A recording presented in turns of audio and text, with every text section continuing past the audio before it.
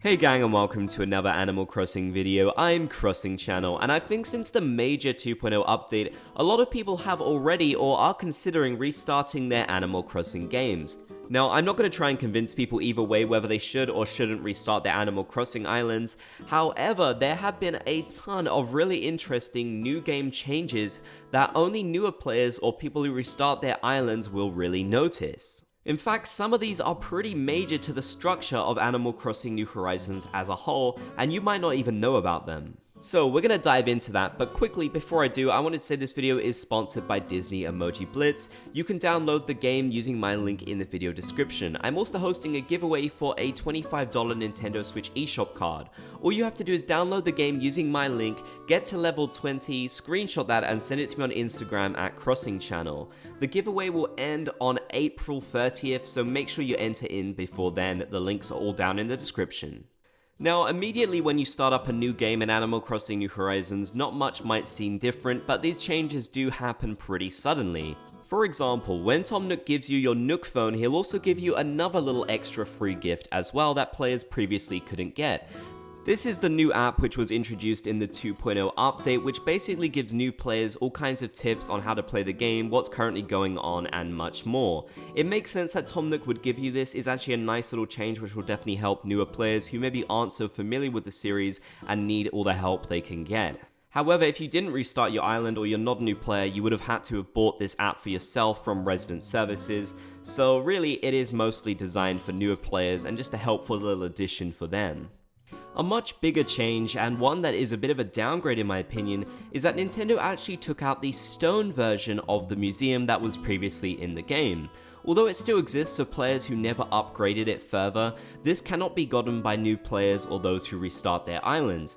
Nintendo has skipped this step entirely with the addition of the roost, meaning that players don't have to go through the same process they used to in order to unlock the art exhibit. Now, once you upgrade your museum from a tent, it will already have the art exhibit as a part of it, so you don't have to go through the effort or the hassle or whatever to get that extra exhibit.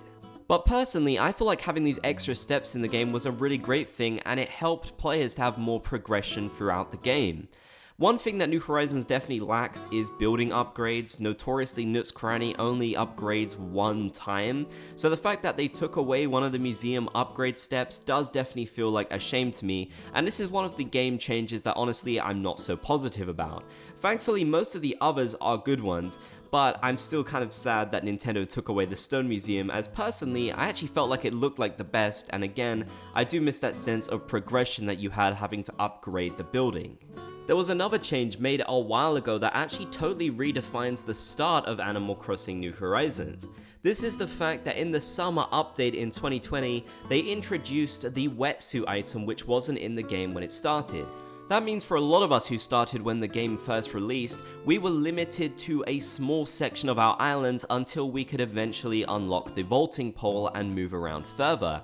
However, for people who start now, they can pretty much immediately buy a wetsuit and explore the majority of their island, with the exception of the cliffs that they can't climb up. Now, I'm sure a lot of people have already noticed this one, especially if they have restarted in the last year or so.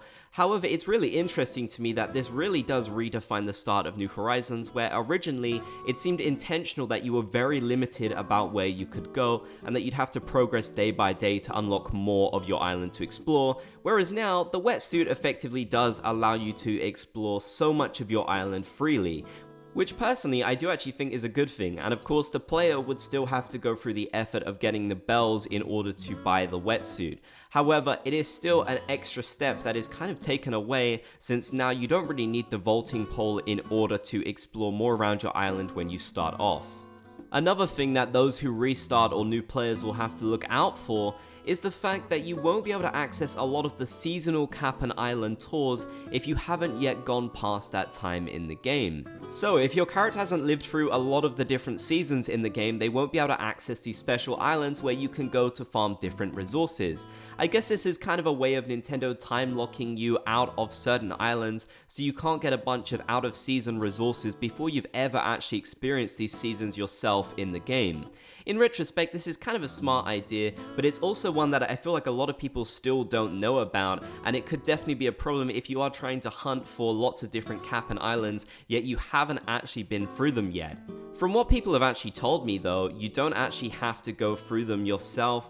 As long as your character has lived through them and their player has existed during these times as the time has gone by on your Switch, you should be able to unlock these special islands, which is definitely good. Overall, restarting your Animal Crossing islands can be a scary experience, but it might be worth it for those of you who are a bit burnt out and bored with the game, although I understand that a lot of people still don't want to let go of their precious islands, and I certainly won't be letting go of Kokomo anytime soon. But let me know in the comments section down below, did you know about any of these new game changes in Animal Crossing New Horizons? And have you ever planned on restarting your island? Are you maybe a new player? Definitely leave your thoughts down below, I'd love to hear them. If you made it to the end of the video, be sure to comment Bob's Gang down below so I know you did. If you enjoyed, be sure to leave a like, and if you haven't already, be sure to subscribe and turn on channel notifications for more Animal Crossing videos. I want to give a big thanks to these channel members for their continued support of me and what I do here on this channel. If you want to become a channel member, click the join button down below the video or the link in the description to learn more.